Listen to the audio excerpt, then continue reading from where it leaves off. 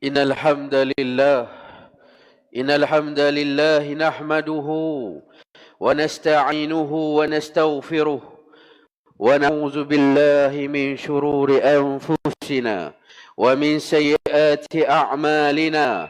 من يهده الله فلا مضل له ومن يضلله فلا هادي له. أشهد أن لا إله إلا الله وحده لا شريك له، واشهد ان محمدا عبده ورسوله. اللهم صل وسلم على محمد وعلى اله واصحابه ومن تبعهم باحسان الى يوم الدين. يا ايها الذين امنوا اتقوا الله حق تقاته ولا تموتن الا وانتم مسلمون. اما بعد، فإن أصدق الحديث كتاب الله، وخير الحديث حديث محمد صلى الله عليه وسلم، وشر الأمور محدثاتها، وكل محدثة بدعة، وكل بدعة ضلالة، وكل ضلالة في النار، أو كما قال النبي صلى الله عليه وسلم. Sidang Jumaat yang berbahagia, lagi dikasihi oleh Allah Subhanahu wa taala sekalian, marilah kita meningkatkan ketakwaan kita kepada Allah Subhanahu wa taala dengan bersungguh-sungguh melaksanakan segala perintahnya dan meninggalkan segala larangannya. Khutbah pada hari ini bertajuk Islam dan Peraturan di Jalan Raya. Sidang Jumaat yang dikasihi lagi disayangi oleh Allah Subhanahu wa taala sekalian, Islam mengajar umatnya supaya mematuhi peraturan di jalan raya. Syariat memandang keselamatan di jalan raya sebagai perkara yang amat penting kerana ia melibatkan nyawa, anggota badan, harta benda dan ketenteraman masyarakat. Ulil amri atau pemerintah bertanggungjawab memastikan rakyat terpelihara daripada segala kemudaratan di jalan raya. Oleh itu, apabila dilaksanakan segala peraturan di jalan raya, kita sebagai umat Islam wajib mentaati dan mematuhinya kerana ia merupakan perintah ulil amri, sebagaimana Allah Subhanahu wa taala berfirman, A'udzu billahi minasyaitonir rajim. Ya ayyuhallazina amanu atii'ullaha wa atii'ur rasul wa ulil amri minkum. Maksudnya, wahai orang-orang yang beriman, taatilah Allah, taatilah Rasul, dan taatilah ulil amri di antara kamu. Surah An-Nisa ayat 59. Ayat ini menegaskan bahawa ketaatan kepada pemerintah atau pihak berkuasa adalah sebahagian dari ketaatan kepada Allah dan Rasulnya. Ketaatan ini bukan untuk kepentingan individu atau kumpulan tertentu, tapi bertujuan menjaga keamanan, keselamatan dan kesejahteraan masyarakat. Dalam konteks jalan raya, mematuhi undang-undang seperti had laju, lampu isyarat, pemakaian topi kleder dan lain-lain adalah bukti ketaatan kepada ulil amri. Dengan mematuhi peraturan, kita bukan sahaja menjaga keselamatan diri dan orang lain, tetapi juga menunaikan perintah Allah Subhanahu wa taala. Sidang Jumaat yang dimuliakan, kepatuhan kepada peraturan jalan raya bukan sekadar mematuhi undang-undang manusia, tetapi juga sebahagian daripada tuntutan agama yang mulia. Seorang Muslim tidak akan memandu sambil leka dengan telefon, tidak akan memotong secara berbahaya, tidak akan berlumba, tidak akan mengabaikan lampu isyarat, dan tidak akan memandu ketika mengantuk. Seorang Muslim hendaklah menjadi hamba Allah yang mampu mengawal emosi, menjauhi sifat ego, memberi ruang kepada pengguna jalan yang lebih lemah dan mengelak segala tingkah laku yang boleh menimbulkan bahaya. Allah Subhanahu wa ta'ala mengingatkan hambanya agar tidak melakukan sesuatu yang membahayakan diri maupun orang lain, sebagaimana Allah Subhanahu wa ta'ala berfirman, A'udzu billahi minasyaitonir rajim, wa la tulqu bi'aydikum ila tahlukati wa ahsinu, innallaha yuhibbul muhsinin. Maksudnya, dan janganlah kamu sengaja mencampakkan diri kamu ke dalam bahaya kebinasaan, dan berbuat baiklah, sesungguhnya Allah menyukai orang-orang yang berbuat baik.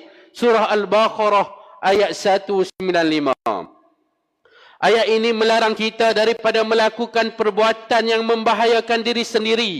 Larangan ini bersifat umum dan merangkumi segala tindakan yang boleh mendatangkan kemudaratan, termasuk kelalaian di jalan raya, seperti memandu sambil leka menggunakan telefon, memotong secara berbahaya, mengabaikan lampu isyarat, berlumba dan memandu dalam keadaan mengantuk.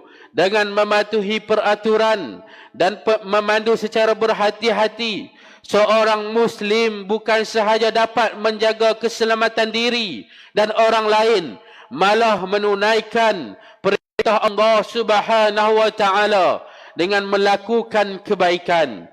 Sidang Jumaat yang dihormati sekalian, keselamatan adalah sebahagian daripada agama, dan menjaga nyawa termasuk dalam maqasid syariah yang paling tinggi. Pemanduan yang berhati-hati dan beradab adalah ibadah kerana Allah Subhanahu wa ta'ala, bukan kerana kamera, undang-undang atau manusia semata-mata. Segala bentuk kemudaratan adalah haram. Rasulullah sallallahu alaihi wasallam bersabda, la darara wa la dirara. Maksudnya, tiada kemudaratan dan tiada memudaratkan orang lain. Hadis sahih riwayat Ibnu Majah. Hadis ini menjadikan kaedah penting dalam syariat. Setiap tingkah laku yang mengundang bahaya di jalan raya, sama ada membahayakan diri sendiri, penumpang, pejalan kaki, penunggang motosikal atau pemandu lain, adalah dilarang dan berdosa. Bahkan meletakkan sesuatu yang membahayakan orang lain turut menjadi sebab murka Allah Subhanahu wa ta'ala. Islam juga memerintahkan kita sebagai umatnya supaya memberikan hak-hak jalan, seperti Nabi sallallahu alaihi wasallam bersabda.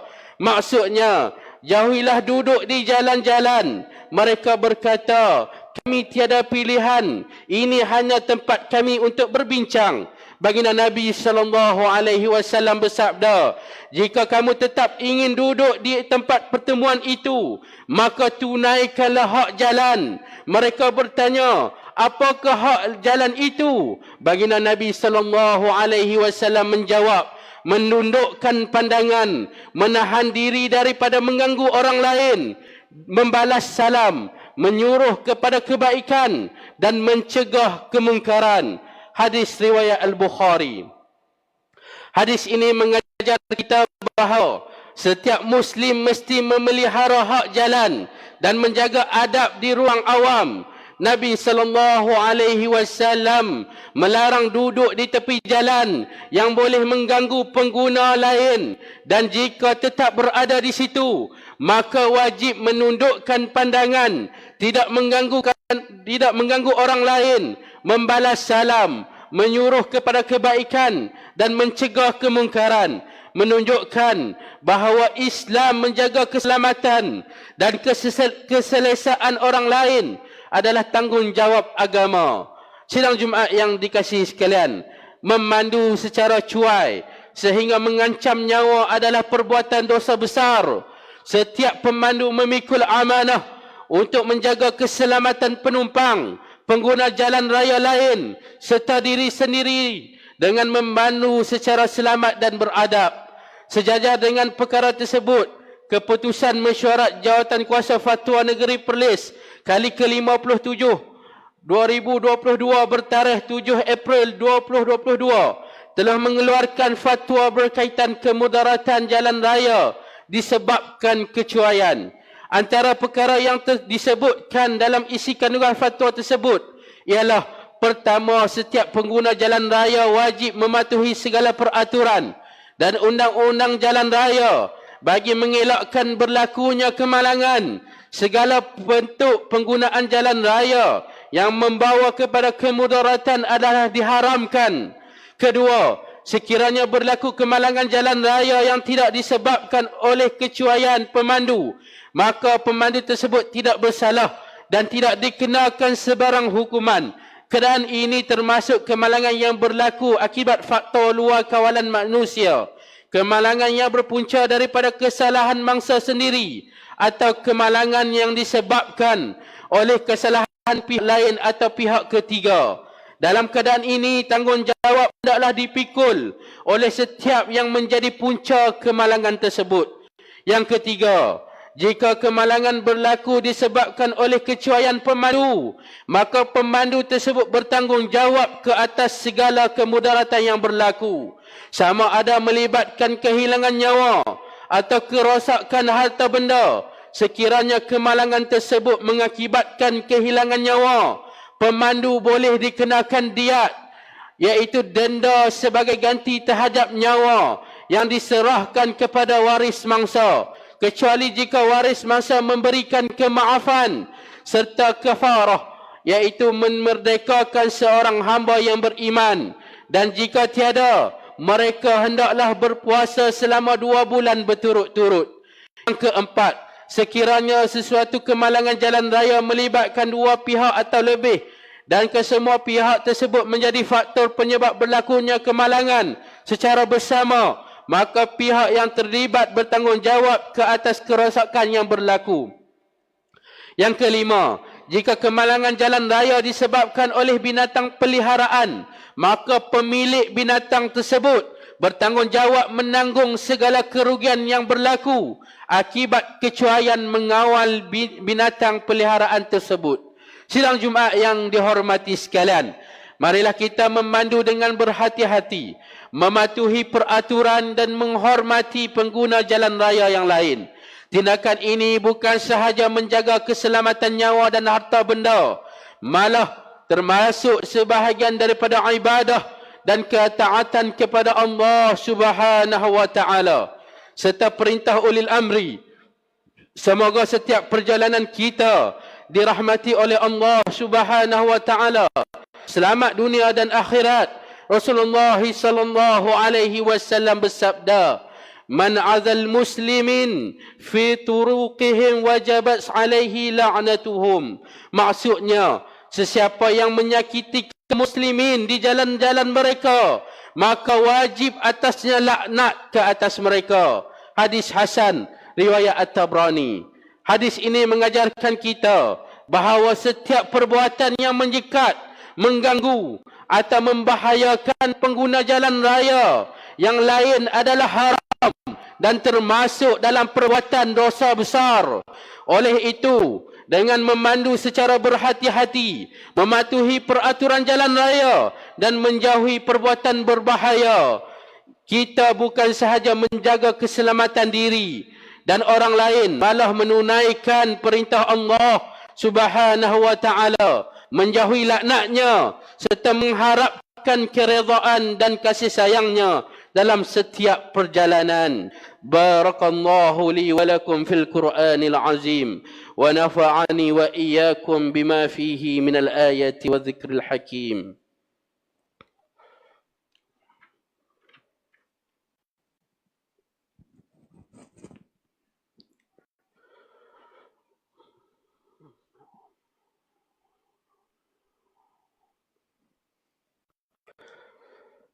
الحمد لله الذي أنزل على عبده الكتاب ولم يجعل له عوجا وأشهد أن لا إله إلا الله وحده لا شريك له وأشهد أن محمدا عبده ورسوله اللهم صل وسلم على وبارك على محمد وعلى آله وصحبه أجمعين أما بعد فيا أيها المسلمون اتقوا الله حق تقاته ولا تموتن إلا وأنتم مسلمون. Sidang Jumaat yang dikasihi oleh Allah Subhanahu wa taala sekalian, lebih kurang 3 hari lagi kita akan bertemu dengan 1 Rejab bagi tahun 1447 Hijrah. Bulan Rejab termasuk salah satu bulan haram, iaitu bulan yang dihormati, di mana setiap amalan kebaikan yang dilakukan di dalamnya akan mendapat ganjaran yang lebih besar, manakala setiap dosa yang dilakukan di dalamnya menjadi lebih berat. Allah Subhanahu wa taala berfirman, A'udzu billahi minasyaitonir rajim.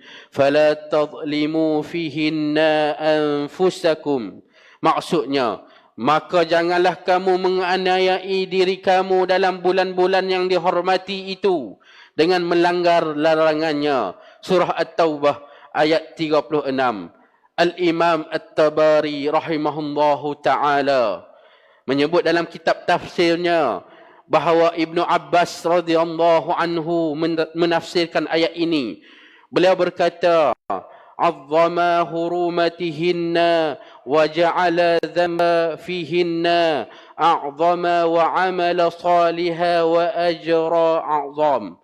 Maksudnya, dia Allah mengagungkan kesucian bulan-bulan tersebut, menjadikan dosa yang dilakukan di dalamnya lebih besar, yakni lebih berat, serta menjadikan amalan soleh dan pahalanya lebih besar.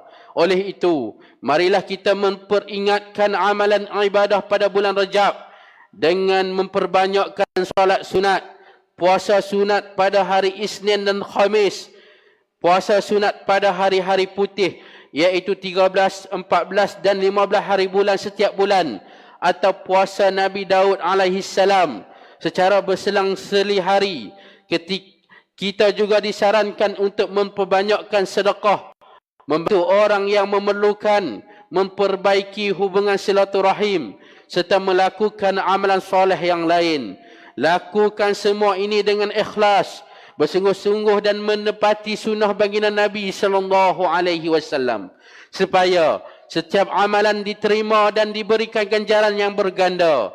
Semoga bulan Rajab ini menjadi peluang untuk kita meningkatkan takwa, menjauhi dosa dan mendekatkan diri kepada Allah Subhanahu wa taala.